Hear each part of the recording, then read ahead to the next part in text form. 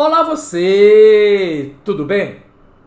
Existem certas adaptações evolutivas que permitem a certos grupos de organismos terem habilidades que garantem muito bem a sua sobrevivência. Atividades estas que são válidas tanto para predadores quanto para presas. Este é o assunto da nossa aula de hoje. Eu sou o professor Billy Paul, do canal de Ciências Biológicas e Autodesenvolvimento. E após a vinheta, camuflagem e mimetismo, especialmente para você. Vamos lá?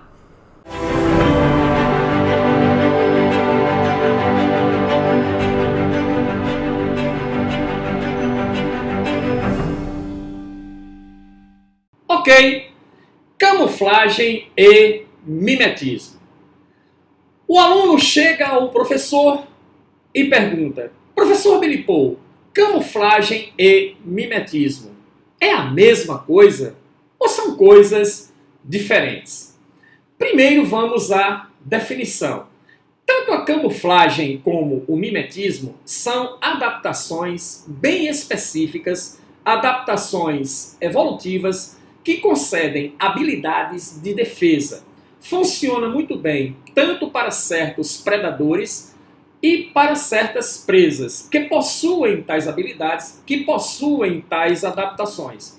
O objetivo é exatamente a obtenção de vantagem à sobrevivência, o que evolutivamente é muito bom. Evolutivamente é excepcional. Mas antes da gente começar a conversar a respeito de camuflagem e mimetismo, dê uma olhada neste vídeo. Eu quero que você preste atenção a esse detalhezinho aqui, olha só. Então nós temos aqui um ambiente marinho, onde você vê uma forma de vegetação clássica desse tipo de ambiente, o mergulhador vem se aproximando e de repente surge, tá, em meio à folhagem, esse cara, um polvo. O polvo é considerado, tá, o rei da camuflagem. Ele apresenta células específicas do seu epitélio, chamadas de cromatóforos, que são capazes de produzir muito bem certos pigmentos que imitam o ambiente onde ele está inserido. Olha só, ele se aproxima e de repente, tchan, tchan, tchan, tchan, agora ele parte em fuga. Perceba que quando ele parte em fuga, aí, olha só, esse pigmento preto que ele jogou, que você viu aí, nada mais é do que melanina. O polvo apresenta muitas glândulas que produzem grandes quantidades de melanina. Ele joga essa melanina exatamente para ofuscar a ameaça, para que dê tempo que ele escape. Então isso é uma situação clássica, essa situação que eu lhe mostrei do polvo, é uma situação clássica desse tipo de adaptação evolutiva que é utilizada muito como sistema de defesa por certos grupos animais na natureza. E aí, retomando a pergunta inicial, camuflagem e mimetismo, Billy Paul, são a mesma coisa? Vamos analisar esse cara aqui, ó. Ele é conhecido como bicho-folha. E aí fica a pergunta, ele representa um exemplo de camuflagem ou ele representa um exemplo de mimetismo? Antes de responder, vamos começar analisando especificamente a camuflagem. O que é a camuflagem, professor Billy Paul? A habilidade do organismo de se confundir com o ambiente ao redor.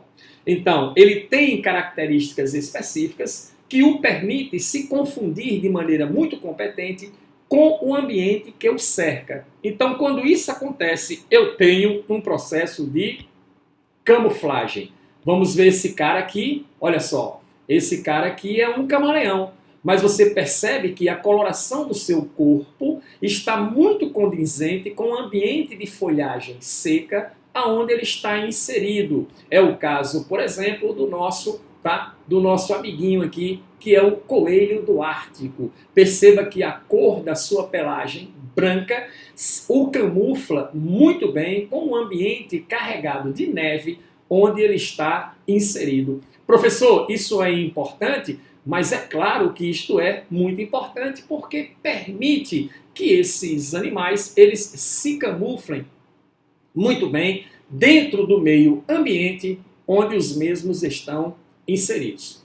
Uma outra situação de adaptação desse tipo é o aposematismo. O aposematismo nada mais é do que uma coloração de aviso, tá certo? Ou seja, o animal ou organismo que apresenta tal característica possui cores muito vivas, cores muito chamativas, cores muito aberrantes.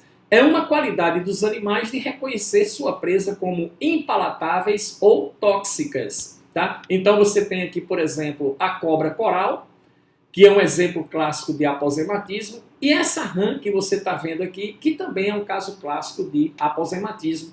Os predadores evitam, então, ter contato com esses animais, porque essas presas elas são impalatáveis ou elas são tóxicas, possuem certos venenos clássicos, certos venenos específicos, entendido? Que as tornas meio repulsivo isso aí. Tá? E a cobra coral é conhecida pelo seu veneno extremamente intenso. Então, olha só, quando o indivíduo apresenta uma certa adaptação que o permite se parecer consideravelmente com o meio ambiente, ele está executando um processo de camuflagem, tá certo? Indivíduos que apresentam cores muito aberrantes e muito chamativas, cores muito fortes, tá certo? Eles também terminam proporcionando a eles um mecanismo de defesa contra predadores que se recusa a atacá-los. Você chama isso aí de aposematismo. É uma coloração de aviso que diz assim, olha, não chega perto de mim, não vai ser legal para você.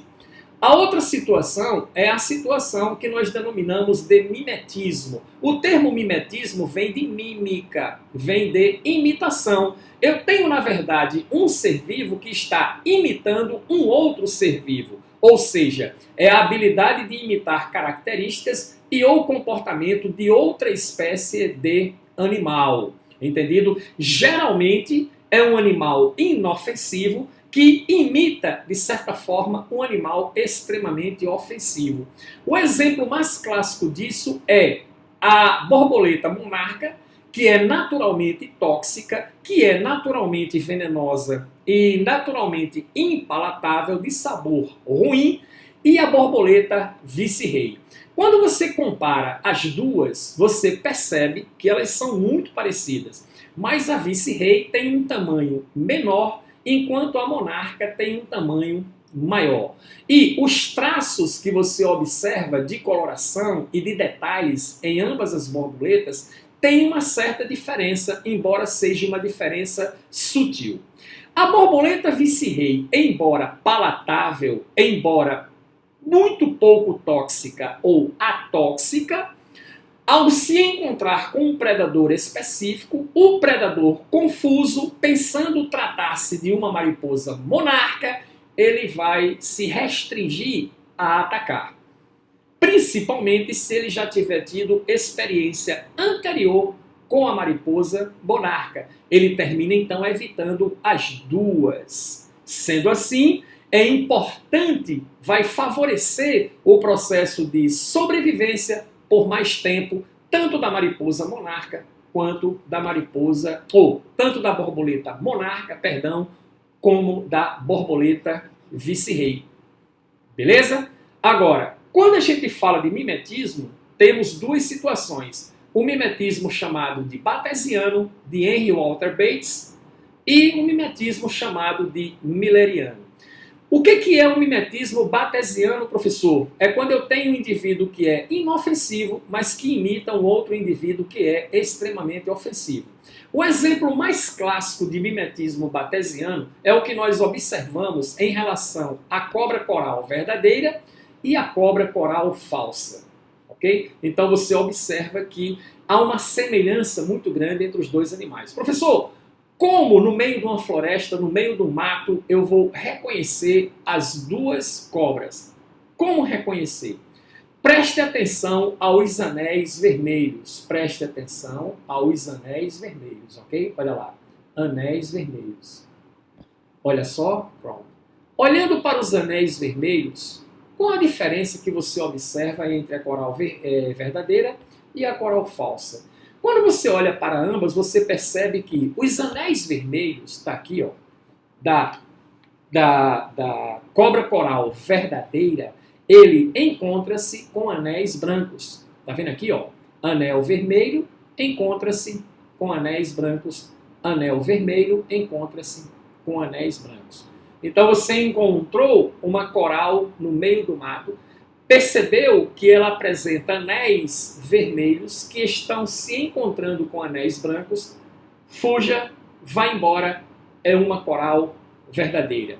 Na outra situação você tem, olha só, os anéis vermelhos da cobra, eles se encontram com anéis pretos, ok? Ó, anel vermelho encontra-se com anéis pretos, então essa cobra aí é a coral falsa, é a coral inofensiva. Quando um animal inofensivo imita outro que é extremamente ofensivo ou agressivo, então você tem o mimetismo chamado de batesiano. A outra situação é o mimetismo milleriano de Fritz Miller. Tá? Fritz Miller viveu durante muito tempo no Brasil.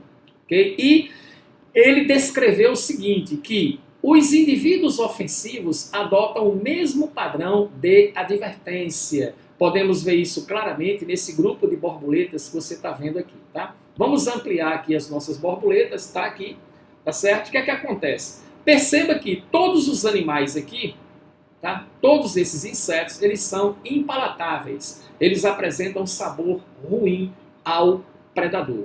Mas aí o predador vai e come, digamos, essa borboleta que está aqui. Como o padrão de cores e desenho é muito parecido, pelo fato dele ter tido uma experiência ruim com uma delas, ele evita então consumir qualquer uma delas ao encontrá-las pelo seu caminho. Então, nesse caso, chama-se mimetismo milleriano. Entendido a diferença? Batesiano, o indivíduo inofensivo, tá certo ou não? Ele imita um que é ofensivo. No mimetismo milleriano, todos os indivíduos são impalatáveis, no caso dessas borboletas, todos os indivíduos são ruins, tá certo? Entre si, e eles têm o mesmo padrão de advertência. Beleza? Uma aula curtinha, só para deixar claro para você o que significa camuflagem, mimetismo e aposematismo. Vá na descrição do vídeo, baixe o biomap da aula, baixe o bioese sobre o tema, para que você possa exercitar o conteúdo aprendido. E aprendeu? Inscreva-se no canal e ative as notificações. Nos encontramos na próxima aula. Até lá!